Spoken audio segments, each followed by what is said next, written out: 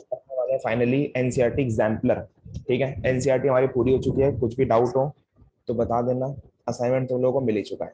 ठीक है, so last day अपना आज एनसीईआरटी एग्जाम्पलर का।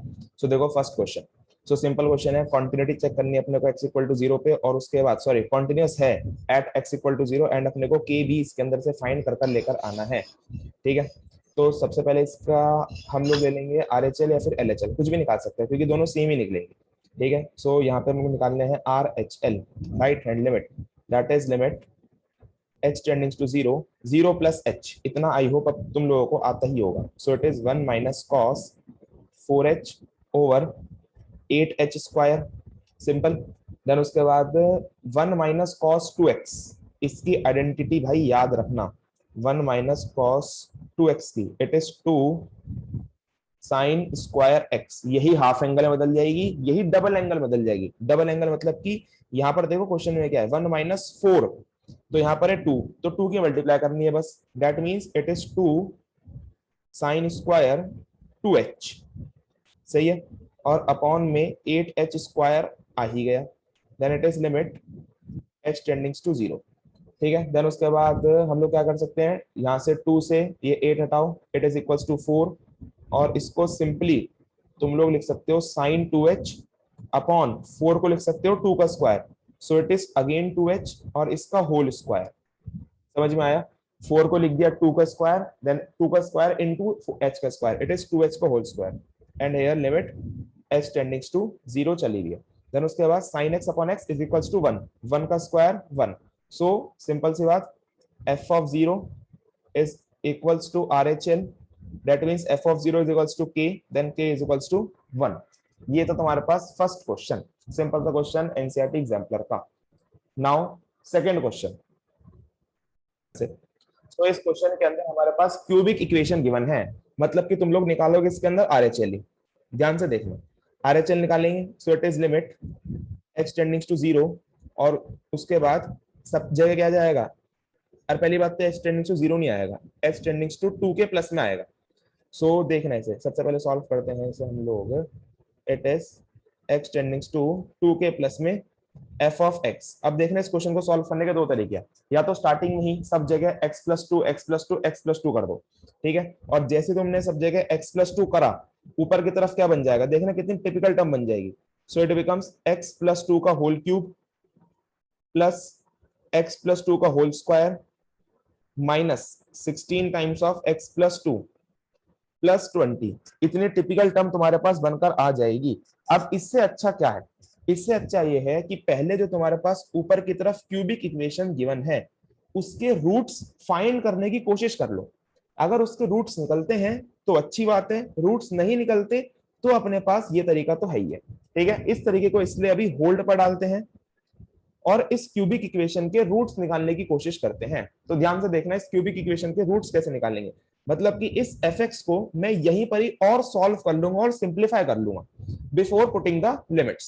सो देखना, it is limit x tending to 2 के प्लस में, ऐसी कैसी रख रहा हूं मैं, चेंज नहीं कर रहा, सो it is x cube plus x square minus 16x plus 20 over x minus 2 का होल स्क्वायर। अब क्यूबिक इक्वेशन को सॉल्व करने के अगेन दो तरीके होते हैं, जैसे क्वाड्रेटिक इक्वेशन को सॉल्व करने के दो तरीके होते हैं, एक होता है हमारे पास मिडलटन स्प्लिटिंग, जिसे कहते हैं हम लोग शॉर्ट तरीका, ठीक है ना, इससे मतलब कि हर क्वेश्चन नहीं होने का है, कुछ कुछ क्वेश्चन हो जाएंगे जो मिडलटन स्प्लिटिंग में स्प्लिट हो जाएंगे। और उसके बाद एक होता है रामबाड़, रामबाड़ बोले तो अपना श्रीधराचार्य फॉर्मूला, ठीक है ना, या फिर जो तुम्हारे को बचपन में पढ़ाया गया था क्वाड्रेटिक फॉर्मूले के नाम से, जिसके अंदर डी निकालते हो। और एक तरीका और होता है बहुत अच्छा सा, जो बच्चे काफी बार इग्नोर कर देते हैं, that is completing the perfect square, completing the perfect square. तो ये तीन तरीके होते हैं, ठीक है, ये तुम्हें आता ही होगा, मिडलटन स्प्लिटिंग, ठीक है ना, और डी वाले की एज सच सबको याद ही है, अब ये आगे हम लोग पढ़ने वाले हैं। लेकिन फिलहाल देखना यहाँ पर, अगर तुम्हारे पास क्यूबिक इक्वेशन आ जाती है तो एक तो तुम्हारे पास रामबाड़, ठीक है, हम लोग अभी रामबाड़ पे नहीं जाने वाले, हम लोग जाने वाले अभी शॉर्ट टर्म सॉल्यूशन पे, ठीक है ना, जैसे क्वाड्रेटिक इक्वेशन को सॉल्व करने का तरीका होता है एमटीएस शॉर्ट के अंदर, वैसे ही क्यूबिक इक्वेशन को शॉर्ट में सॉल्व करने का तरीका होता है hit and trial method. Hit and trial method मतलब कि मान लो 90% कारगर है, 90% तुम्हारे को आंसर निकाल कर दे देगा, ठीक है ना। ऐसे क्वेश्चन तुम्हारे पास इतने टफ क्वेश्चन नहीं आएंगे कि ये फेल हो जाए तरीका, शॉर्ट तरीका भी यहाँ पर 90% काम कर जाएगा। तो अब देखना हिट एंड ट्रायल मेथड में हम लोग करते क्या। सबसे सिंपल तरीका है हिट एंड ट्रायल मेथड, जिसको करने के लिए तुमको एक्स की वैल्यू लेट करनी है अपने आप से ही। दैट मीन्स तुम्हारे को पता है यहाँ पर क्यूब है, तो क्यूब का मतलब हमारे पास तीन तीन रूट्स निकल कर आएंगे। तो अगर तीन रूट्स निकलने हैं तो हम एक रूट को निकाल लें एंड देन उससे पूरी इक्वेशन को डिवाइड कर दें। मतलब कि सबसे पहले मैं रख के देखूंगा x इक्वल टू 0, क्या x इक्वल टू 0 इस इक्वेशन को सेटिस्फाई करेगा या नहीं करेगा। तो रख के देखो, सब जगह 0, सो इट इज 0 का क्यूब, 0 का स्क्वायर, देन उसके बाद 16 इंटू 0 और यहाँ पर बच जाएगा 20। मतलब कि ये इसे सेटिस्फाई नहीं कर रहा, ठीक है ना। 0 रखने के बाद ये पूरा का पूरा 0 नहीं बन रहा। अब नेक्स्ट हम लोग रखते हैं x इक्वल टू 1, ठीक है। 1 रख के देखो, तो 1 रखने पे क्या आएगा, 1 रखने पे आएगा 1 plus 1 minus 16 plus 20 that is equals to -2, ठीक है। अभी भी यहाँ पर 0 नहीं बन रहा। 0 रखने पे क्या आया था, 0 रखने पे आया था 20। देन उसके बाद रख के देखो -1, ठीक है। जैसे तुम लोग -1 रखोगे सो ये आ जाएगा -1 प्लस 1 प्लस 16 प्लस 20, सही है। तो ये आ जाएगा तुम्हारे पास, कुछ ना कुछ आ जाएगा लेकिन 0 तो नहीं आने का, ठीक है ना। ये भी हमारे पास फेल हो गया। देन उसके बाद रख के देखो +2, बस यही तरीका है हिट एंड ट्रायल का। मतलब कि 0 रखो, +1 -1 +2 -2, ऐसी सीरीज वाइज लगते चले जाओ। तो जब तुमने रखा +2 तो देखना, so it is 8 minus plus 4, then minus 16 दूनी 32 और उसके बाद 20। तो क्या ये 0 बन रहा है, 8 और 4 12, 12 और 20 32, बिल्कुल सही, इट इज 0। सो हमारे पास एक रूट निकल कर आ गया, x इक्वल टू 2 इसका एक रूट है। That means long division method में हमारे को ये डिवाइड करके दे देगा। अब देखना जरा कैसे है, अगर ध्यान से देखना, ये इसका रूट है, ये जो x इक्वल टू 2 है ये हमारे पास इक्वेशन का क्या है, रूट है। दैट मीन्स ये इसको डिवाइड करेगा। डिवाइड का मतलब क्या है, x -2 +2 था, इधर क्या हो जाएगा -2, डिवाइड करेगा, किसे डिवाइड करेगा, हमारी पूरी इक्वेशन को। तो ये हो गया हमारे पास डिवाइड, और ये डिवाइड करना तुम लोगों को आता है, long division method 10th class में तुम लोग सीख कर आए हो। जो भूल चुका है देख लो ध्यान से, x की मल्टीप्लाई किस में करें कि x क्यूब बन जाए, x स्क्वायर में ऑफ कोर्स। तो यहाँ पर आ जाएगा x square, sorry x cube, then उसके बाद माइनस का 2x स्क्वायर, -2x स्क्वायर। अब क्या करते हैं हम लोग यहाँ पर, अब करते हैं साइन चेंज। तो ये प्लस में ये हो जाएगा माइनस में, ये माइनस में ये हो जाएगा प्लस में, तो ये हो गया साइन चेंज। एक्स क्यूब से एक्स क्यूब कैंसिल आउट और हमारे पास बचेगा 3x स्क्वायर, ऊपर से नीचे उतरेगा माइनस का 16x प्लस का 20। देन उसके बाद किससे मल्टीप्लाई करें, हम लोग मल्टीप्लाई करेंगे 3x से। जैसे मल्टीप्लाई करा 3x से, ये बन गया 3x स्क्वायर और 3 2 जा 6, सो इट इज माइनस का 6x, सही है। फिर करेंगे साइन चेंज, यहाँ पर नेगेटिव यहाँ पर पॉजिटिव, माइनस से माइनस प्लस से माइनस कैंसिल आउट हुआ, तो ये 16 में से 6 गया, कितना बचा हमारे पास माइनस का 10x plus 20 as it is नीचे आ गया, ठीक है। देन उसके बाद किससे मल्टीप्लाई करेंगे हम लोग, सिंपली -10 से मल्टीप्लाई करेंगे। तो जैसे ही -10 से मल्टीप्लाई करा इट बिकम्स माइनस का 10x minus minus plus 20। Now again sine change होंगे, माइनस का हो जाना है प्लस, प्लस का हो जाना है माइनस, सब कुछ कैंसिल आउट, आंसर इज 0। मतलब कि जब x -2 ने इसको डिवाइड करा तो हमारे पास क्वेश्चन के बच क्या आया, x square plus 3x minus 10, सही है। इसका मतलब क्या है कि हम इस क्यूबिक इक्वेशन को लिख सकते हैं कैसे, x -2 multiplied with x square plus 3x minus 10, सही है। इस पूरी इक्वेशन को हमें लिख सकते हैं ना, एक ही ना मल्टीप्लाई करके देख लेना, ये निकल कर आने वाला है, ठीक है। सो इट इज x -2 का होल स्क्वायर नीचे की तरफ। सो आई होप तुम लोगों को लॉन्ग डिवीजन मेथड और हिट एंड ट्रायल मेथड से सॉल्व करना आया होगा क्यूबिक इक्वेशन को। तो सॉल्व तुम लोगों ने कर लिया उसे, क्वाड्रेटिक इक्वेशन को, और ये आएगी तुम्हारे पास x + 5 और x -2, सही है। और नीचे की तरफ x -2 का होल स्क्वायर बचा हुआ ही है। अब देखना है ऐसे, x माइनस टू से x माइनस टू पूरा का पूरा कैंसिल आउट हो गया, क्या बचकर आ गया हमारे पास x plus five. So that means limits x tendings to 2 के प्लस में, ये क्या है, it is x plus five.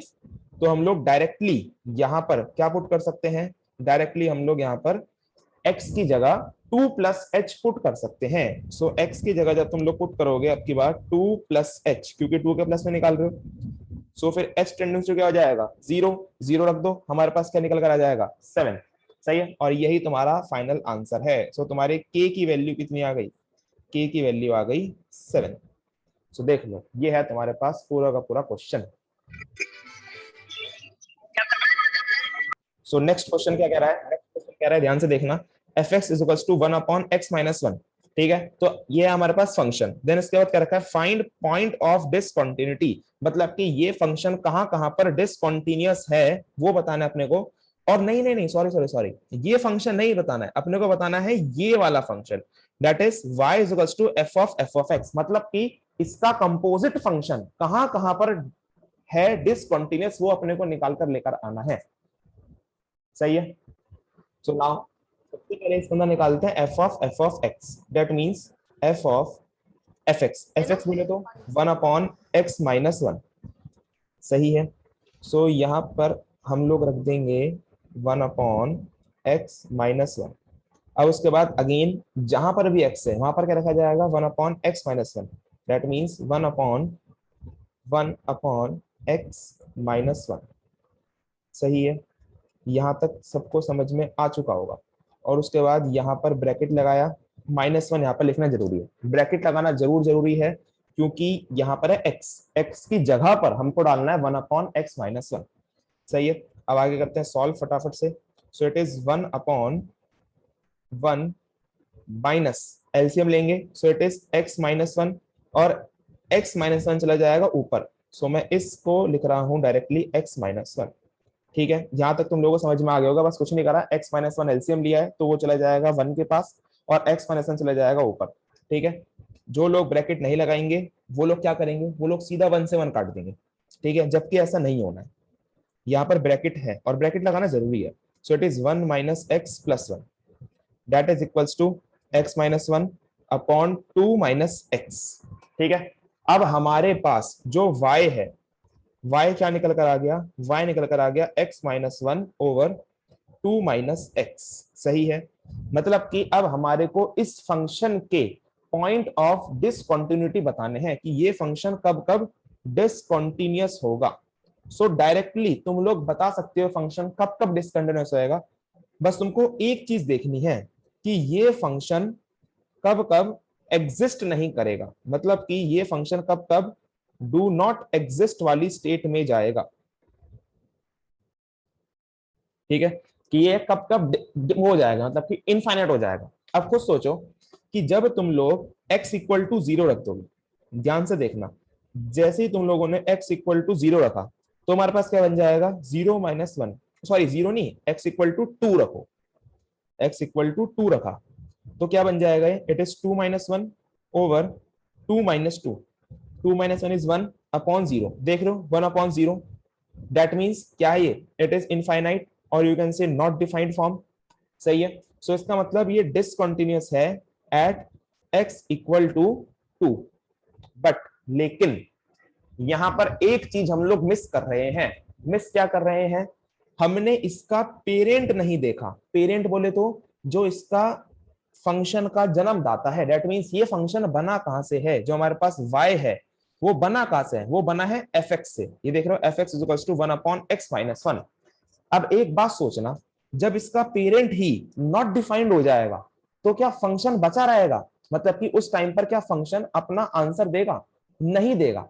खुद सोचना, जब तुमने x की वैल्यू 1 रख दी, ठीक है ना, वो भी किसके अंदर, एट एफ एक्स के अंदर, ठीक है ना, फंक्शन के अंदर, तो क्या हो जाएगा, it is equals to 1 upon 1 minus 1, that is also equals to 1 upon 0 which is equals to infinite. मतलब कि x इक्वल टू 1 पर खुद दिमाग लगाकर सोचना, इसका पेरेंट मतलब कि fx ही क्या है, नॉट डिफाइंड है, तो क्या f ऑफ fx डिफाइंड हो पाएगा, बिल्कुल भी नहीं। कुछ सोच के देखो, f ऑफ नॉट डिफाइंड, क्योंकि 1 पे क्या है, नॉट डिफाइंड है, और F of not defined is also not defined. So इसे कहते हैं हम लोग पेरेंटियल फंक्शन इफेक्ट। सही है, क्या कहा जाता है ये, पेरेंटियल फंक्शन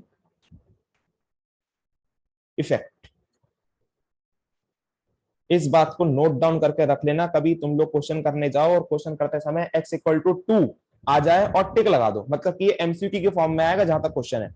सही है, सो क्वेश्चन अगर एमसीक्यू के फॉर्म में आएगा तो ऑप्शन होंगे इस तरीके से, 2, 2,2, 2,1 एंड 1,0, इस तरीके से। तो ऑप्शन में तुम लोग देखोगे 2 टिक लगाकर आ जाओगे, बट नहीं, it is not a correct option. 2,1 is correct option, क्योंकि ये 2 पे भी डिसकंटिन्यूअस है एंड ये 1 पर भी डिसकंटिन्यूअस है। सही है, समझ में आया, पेरेंटियल फंक्शन इफेक्ट। क्वेश्चन फिर से बहुत सिंपल है, इसके भी अपने को पॉइंट ऑफ डिसकंटिन्यूटी निकाल कर लेके आने हैं, लेकिन फंक्शन को पहले ढंग से डिफाइन कर लेना बस, क्योंकि फंक्शन है x into mod of x। Discontinuity जब भी पता चलेगी जब फंक्शन को ढंग से डिफाइन कर लोगे। सो पहले फंक्शन को डिफाइन करेंगे, देन उसके बाद पॉइंट ऑफ डिसकंटिन्यूटी निकालेंगे। तो देखना, डिफाइन भी इसके अंदर करना ही कहता है, डिफाइन में कुछ नहीं करना, डिफाइन तुम्हें करना मॉड x को। सो सिंपल सी बात तुमको पता है, मॉड x का एक ही ब्रेक पॉइंट है, x इक्वल टू 0। सो इसका मतलब एक तुम लोग क्या बनाओगे, एक बनाओगे 0 से बड़ा और एक बनाओगे 0 से छोटा।